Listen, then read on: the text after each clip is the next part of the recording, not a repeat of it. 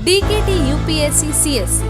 अगर आप केवल सिविल सर्विस परीक्षा के प्रीलिम्स, मेंस और इंटरव्यू के वीडियो देखना चाहते हैं तो सब्सक्राइब करें DKT UPSC CSC चैनल। यहाँ आपको टॉपर्स के वीडियो रैंक के हिसाब से अरेंज मिलेंगे। चैनल के लिंक के लिए डिस्क्रिप्शन बॉक्स में जाएं।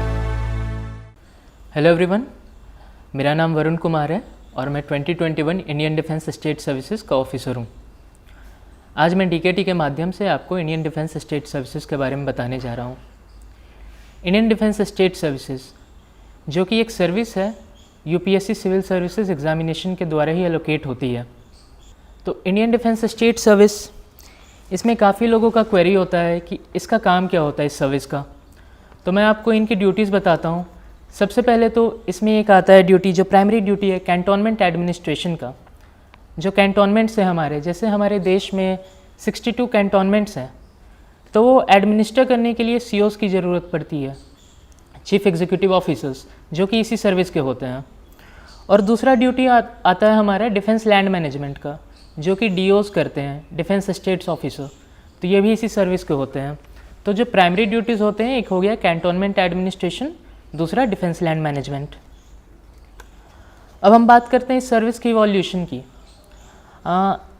जैसा कि आप सभी इस नाम से समझ सकते हैं, कैंटोनमेंट जो है वो ब्रिटिश द्वारा बनाया गया था। तो सबसे पहले इस सर्विस की नींव जो है 1926 में अंग्रेज़ों ने रखी थी, military lands and cantonment service के नाम से। फिर 1983 में इसका नाम चेंज होके defence lands and cantonment service हो गया। And again in 1985 the name was change to Indian defence state service, जो अभी तक कंटिन्यू हो रहा है। और ये service in terms of cadre काफ़ी छोटी है, सिर्फ 189 लोगों का सर्विस है। और इस सर्विस के जो चीफ होते हैं वो director general of Defence states, DGD होते हैं। अब मैं आपको इस सर्विस का ऑर्गेनाइजेशनल स्ट्रक्चर थोड़ा बता देता हूँ। ये सर्विस मिनिस्ट्री ऑफ डिफेंस के अंडर आती है, मतलब इस सर्विस का कैडर कंट्रोलिंग अथॉरिटी भी मिनिस्ट्री ऑफ डिफेंस है। सबसे जो हाईएस्ट लेवल ऑफिसर होता है, जो सर्विस के चीफ होते हैं, director general of Defence states, वो हाईएस्ट पे होते हैं।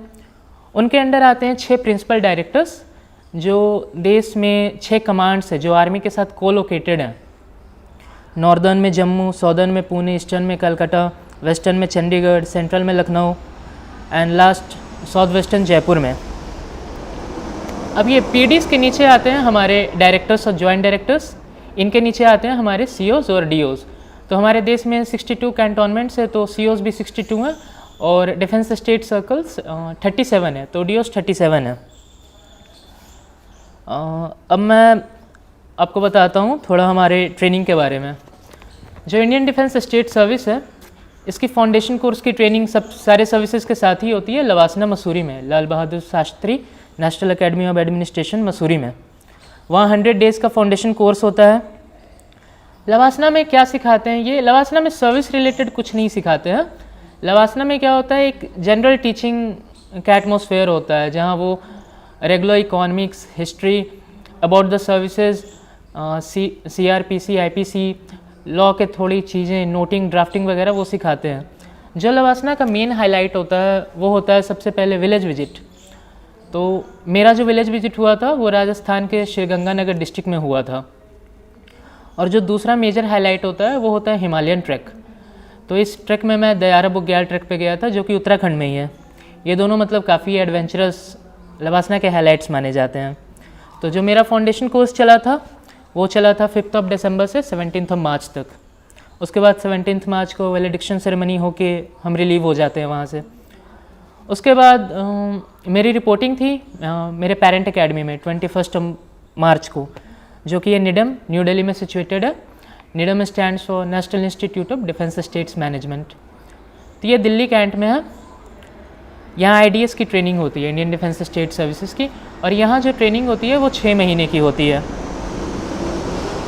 अब मैं आपको बताता हूँ इन 6 महीनों में हम पढ़ते क्या क्या हैं।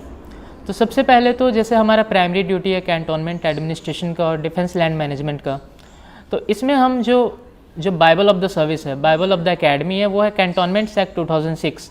तो इसमें हम प्राइमरली वही बुक पढ़ते हैं। इसके अलावा हम सिविल इंजीनियरिंग का कोर्स होता है, लॉ पे कोर्स होता है, फिर फाइनेंस पे कोर्स होता है, जैसे जनरल फाइनेंशियल रूल्स वगैरह पढ़ाते हैं, फिर और रेगुलर एक्ट्स वगैरह, disaster management act, RTI act, LARR act, तो जो भी एडमिनिस्ट्रेशन से रिलेटेड या डिफेंस लैंड मैनेजमेंट से जो भी रिलेटेड मैनुअल्स होते हैं, जैसे मिलिट्री लैंड्स मैनुअल, तो ये सब पढ़ना होता है। और मैं आपको बताना चाहूँगा इन टर्म्स ऑफ अटैचमेंट, मतलब दिस सर्विस इज़ सुपर, कि जब मैं आया था यहाँ तो सबसे पहले जो मेरी अटैचमेंट हुई थी वो अमृतसर में हुई थी, और वो हुई थी सॉलिड वेस्ट मैनेजमेंट पे। जो अमृतसर कैंटोनमेंट है, वहाँ का जो सॉलिड वेस्ट मैनेजमेंट है वो काफ़ी अच्छा है। मतलब जैसे जो अमृतसर कैंटोनमेंट है उनको बेस्ट प्रैक्टिसेस में यूनेस्को से अवार्ड मिल चुका है, तो हम वो सीखने गए थे अमृतसर। फिर हमारा होता है CO attachment, chief executive officer के ऑफिस में अटैचमेंट। तो मेरा जो पड़ा था अटैचमेंट वो था चेन्नई में, सेंट थॉमस माउंट कम पल्लावरम, एक कैंटोनमेंट है चेन्नई में, वहीं के CO ऑफिस में मेरा अटैचमेंट हुआ था। फिर यहाँ पे मैं आपको CO के बारे में बताना चाहता हूँ। CO होता क्या है? जो आपकी पहली पोस्टिंग होगी, जो इस सर्विस की पहली पोस्टिंग होती है वो CO होती है, चीफ एग्जीक्यूटिव ऑफिसर। तो इसमें काम क्या होता है? जो CO का काम होता है that is more of a administrative nature. Pre independence COs को कहते थे हम कैंटोनमेंट मजिस्ट्रेट। तो मजिस्ट्रेट का क्या काम होता था? स्कूल्स चलाना, हॉस्पिटल्स खुलवाना, रोड का देखना, डिज़ास्टर मैनेजमेंट देखना, इलेक्शंस करवाना। फिर जो CO होता है वो ही also acts as a registrar, chief registrar of the cantonment, जो बर्थ सर्टिफिकेट, डेथ सर्टिफिकेट वगैरह वगैरह इशू करना, मतलब एडमिनिस्ट्रेशन से रिलेटेड सारी चीज़ें CO को देखना होता है।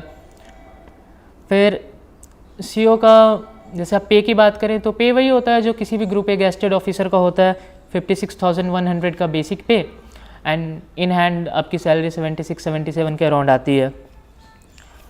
फिर यहाँ पे बात करते हैं जो इस सर्विस में काफ़ी अच्छी है, वो पर्क्स लगती है मुझे, कि ये शायद ही किसी सर्विस में होगा कि 6 महीने में आपको पोस्टिंग मिल जाती है, एंड देन आपको जो अकोमोडेशन मिलता है वो CO का होता है। अब CO का क्या होता है? CO जो था, जो ब्रिटिश टाइम में कमांडर्स हुआ करते थे, कमांडर इन चीफ्स जो होते थे, वो बंगले जो हैं CO को मिलते हैं। तो इसमें क्या होता है कि अब 4-5 एकड़ का बंगला मिल जाता है, उसमें गार्डन रहता है, स्विमिंग पूल रहता है, मेंटेनेंस के लिए स्टाफ्स रहते हैं, तो मेंटेनेंस का कोई इशू नहीं होता है। एंड देन आपको एट अ काफ़ी यंग एज आपको एक ऑफिशियल व्हीकल मिल जाता है, जो कि पूरे सिविल सर्विसेज में IAS को छोड़ के कहीं नहीं मिलता है। तो ये काफ़ी अच्छी चीज़ है। और दूसरी बात कि पूरे सर्विसेज में जो क्या है, फाइनेंशियल पास सिर्फ 2 ही सर्विसेज में, एक इंडियन डिफेंस स्टेट सर्विसेज में और एक IAS में। तो उस तरीके से भी अच्छा है कि आपके पास अपॉर्चुनिटी है, आप लोगों का भला कर सकते हैं, वेलफेयर कर सकते हैं, जिसके लिए जनरली लोग सिविल सर्विसेज ज्वाइन करते हैं। फिर अगर आप फ़ायदे की बात करते हैं तो जैसे सब जानते हैं, मतलब देश में जो बेस्ट ऑफ द इंफ्रास्ट्रक्चर है वो डिफेंस के पास है। तो as a civil services into ministry of defence आप दोनों ही सर्विसेज को यूटिलाइज़ कर सकते हैं। आप सिविल के भी सर्विसेज को यूटिलाइज़ कर सकते हैं, आप डिफेंस के भी सर्विसेज को यूटिलाइज़ कर सकते हैं। जैसे CST कार्ड बन जाता है हमारा कैंटीन स्टोर्स डिपार्टमेंट का, तो आप सारे सर्विसेज मतलब सब्सिडीज़ पे अवेल कर सकते हैं।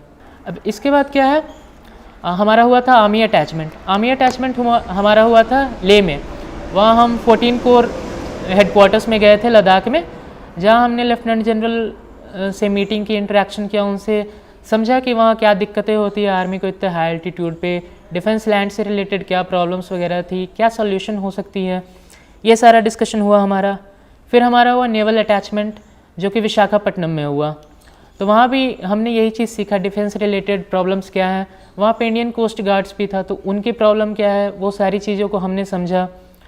फिर यहाँ पे एक अच्छी बात होती है, हमें अपॉर्चुनिटीज़ मिल जाती है काफ़ी अच्छे, जैसे कि हम जब आर्मी अटैचमेंट पे गए थे तो हमने टैंक पे ट्रैवल किया, वो काफ़ी एडवेंचरस था। फिर जब नेवी अटैचमेंट में गए तो हमने INS रणवीर पे गए, ICGS वीरा पे गए, तो ये भी एक अलग एक्सपीरियंस होता है। फिर इसके बाद हुआ हमारा DO attachment, defence states officer attachment, जो कि हमारा कैलकाटा में होता है, जो कि ईस्टर्न कमांड का हेडक्वार्टर्स भी है। तो हम DO से मिले, वहाँ के जो प्रिंसिपल डायरेक्टर होते हैं उनसे मिले, ईस्टर्न कमांड के जो कमांडर हैं उनसे मिले। तो ओवरऑल एक काफ़ी अच्छा एक्सपीरियंस होता है। और अभी हमारा हाल ही में हुआ एयरफोर्स अटैचमेंट, जो कि ग्वालियर में हुआ था।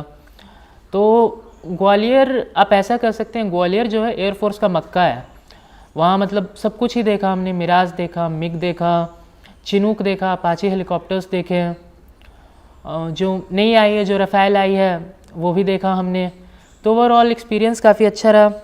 और अब जो अटैचमेंट्स पाइपलाइन में हैं वो दिल्ली डेवलपमेंट अथॉरिटी की है, न्यू दिल्ली म्यूनिसिपल कॉरपोरेशन की है, फिर हेडक्वार्टर अटैचमेंट होता है हमारा डायरेक्टर जनरल के साथ, वो होगा हमारा। और हमारी जहाँ भी पोस्टिंग होगी वो एक पर्टिकुलर कमांड के साथ एसोसिएटेड होता है, तो उस कमांड में भी हमारा 15 डेज़ का अटैचमेंट होता है। काफ़ी सारे यहाँ पे चेंजेस लाए जा रहे हैं। हर एक सेशन में गवर्नमेंट ट्राई कर रही है चेंजेस लाने का, ताकि जो कैंटोनमेंट में जो लोग रहते हैं उनके लिए काफ़ी हेल्पफुल हो। एडमिनिस्ट्रेशन मतलब जैसा गवर्नमेंट का भी फोकस है गुड गवर्नेंस करना है, मिनिमम गवर्नमेंट मैक्सिमम गवर्नेंस, तो वही सारी चीज़ें होती रहती है। तो this was all about the Indian defence state services. Thank you.